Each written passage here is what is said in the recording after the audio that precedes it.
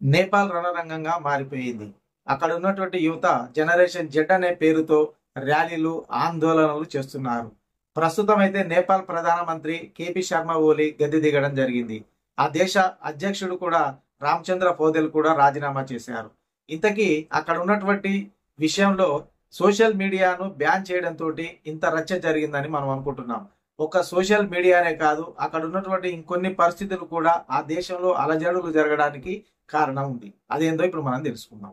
ఈ ర్యాలీలు జరుగుతున్నటువంటి క్రమంలో సెప్టెంబర్ 6వ తారీఖున ఆ దేశ మంత్రి ఒక ఆయన రామ్ బహదూర్ ప్రయాణిస్తున్నటువంటి కారుని ఒక 11 ఏళ్ల బాలికను గుద్దడం జరిగింది. ఆ అమ్మాయి పేరు ఉషా.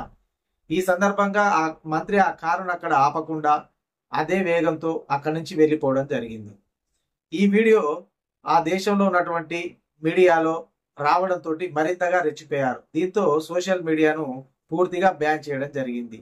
ఇలా పరిస్థితులు ఒకదానికి ఒకటి ఎక్కువైపోయాయి. ఈ క్రమంలోనే ఆ మంత్రి మాట్లాడిన మాటలు కూడా తీవ్ర దుమారాన్ని లేపాయి.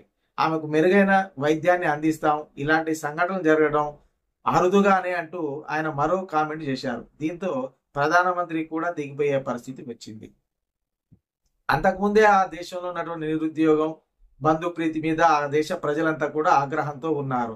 ఇలా ఒకదానికి ఒకటి తోడవడంతో పార్లమెంటును ముట్టడి చేయడం, సుప్రీంకోర్టును తగలబెట్టడం, మంత్రులు ఎక్కడ దొరికితే అక్కడ తన్ని తరిమేయడం, ఇవన్నీ కూడా ఆందోళనలకు గురి చేయడం జరిగింది.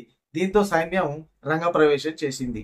ఇంత హింసాకాండలో కూడా యువత ఒక మంచి పని చేయడం జరిగింది. అదేంటంటే అక్కడ ఉన్నటువంటి మంత్రి భండారి ఆయన ఇంటి మీదకి ముట్టడి జరిగినప్పుడు భయంతో ఆ భండారి అనే మంత్రి తన భార్య అనారోగ్యంతో ఉన్నప్పటికీ కూడా పారిపోయాడు. అక్కడికి చేరుకున్నటువంటి ఆందోళనకారులు ఆమె పరిస్థితిని చూసి చలించిపోయి ఆమెను ఆసుపత్రిలో చేర్పించడం జరిగింది. ఆందోళనకారులకు ఆ నిర్వాహకులకు మధ్య జరిగినటువంటి చర్చల ఫలితంగా ఆ దేశ సుప్రీంకోర్టు మాజీ న్యాయమూర్తి తాత్కాలిక ప్రధానిగా నియమించుకున్నారు. ఆ పేరు సుశీలా కర్కి. ఈ ఆందోళనల నేపథ్యంలో జైల్లో ఉన్నటువంటి ఖైదీలు 13,500 మంది కూడా పారిపోవడం జరిగింది. ఈ పారిపోయే క్రమంలో కొద్దిమంది భారతదేశం బోర్డర్ దాటి భారత్లోకి రావడానికి కూడా ప్రయత్నం చేశారు. బాల నేరస్తులు ఈ క్రమంలో ఒక 5గురు చొరబాటుకు ప్రయత్నించినప్పుడు వారు చనిపోవడం కూడా జరిగింది. ఇక్కడ బోర్డర్లో దొరికినటువంటి ఈ వలసదారులందరినీ కూడా మన దేశ సైనికులు పట్టుకొని మళ్ళీ నేపాల్ ప్రభుత్వానికి అప్పగించడం కూడా జరుగుతుంది.